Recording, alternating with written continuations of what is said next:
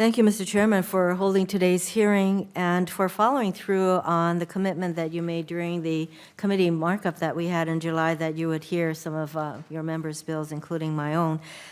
I'd like to say a few words regarding the three bills on the agenda that I introduced, and I'd like to thank Dr. Lynch for acknowledging a couple of the bills that I had introduced basically in support. S1450, the Department of Veterans Affairs Emergency Medical Staffing Recruitment and Retention Act. S1451, the Veteran Survivors Claims Processing Automation Act. And S1693, a bill to provide VA emergency care reimbursement for new VA enrollees. S1450 relates to the restrictive requirements on minimum hours for full-time physicians and physician assistants. This bill is based on VA's proposal contained in its budget request for fiscal year 2016. And as you testified, current statutory limitations make it difficult for VA medical centers to recruit and retain providers for the private sector. And really, recruitment and retention is a huge challenge for VA. I know very well, speaking to the VA people in the state of Hawaii. I also would like to acknowledge your willingness to work on the accessibility of issues for veterans who live far from providers, such as Senator Rounds' situation, and also in Hawaii, where we have islands, and it's really hard for our veterans to drive from one island to another. In fact, you can't. So I acknowledge the willingness to really pay attention to the specific needs of our veterans.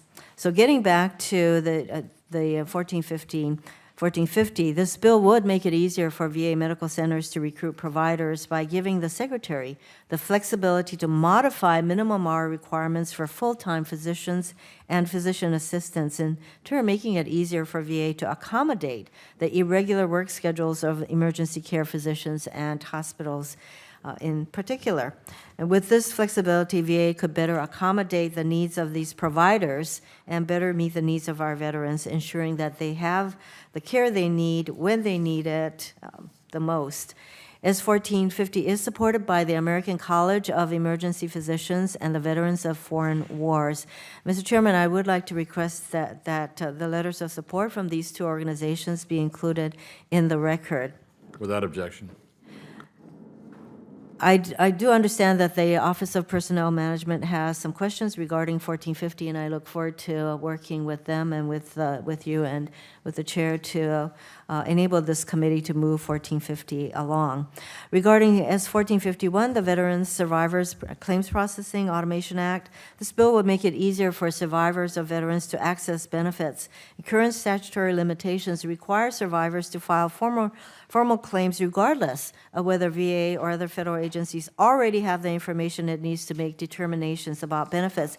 And it makes so much sense that where the VA already has this information, to make claimants go through the process of collecting information that you already have and then requiring, I assume, the VA to then review this information really doesn't make any sense. So I'm glad that we are on the page regarding this kind of flexibility, and not to mention that we want to get the benefits to the people as soon as possible. So again, the VA has already requested this kind of authority and flexibility.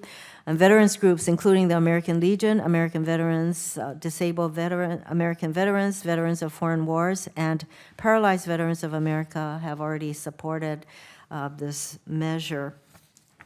Turning to S1493, a bill that I introduced from last Congress to provide an emergency safety net to around 144,000 veterans waiting for VA care.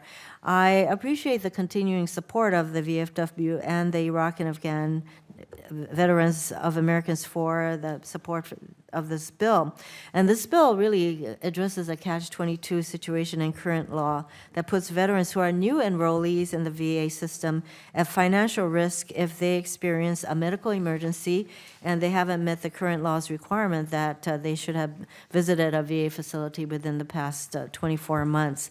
And the intent of this requirement is to encourage veterans to seek preventative care, which decreases the need for the more expensive emergency care. And I know you understand this particular catch-22, and it really flows from the inability of the veterans to get the kind of the appointments that they needed, which I realize the VA is addressing very effectively in most places, including Hawaii, I would think, now.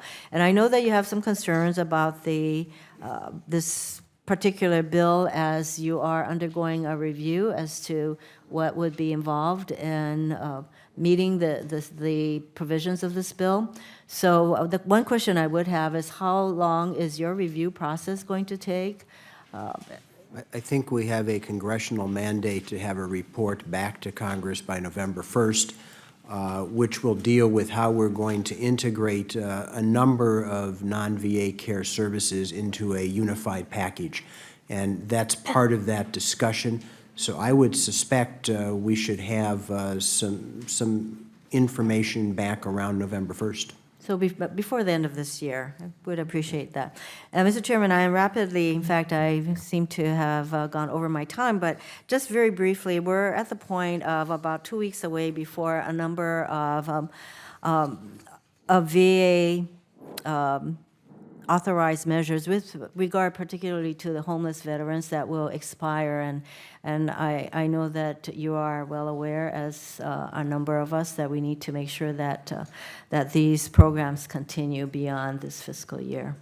Thank you very much, Mr. Chairman.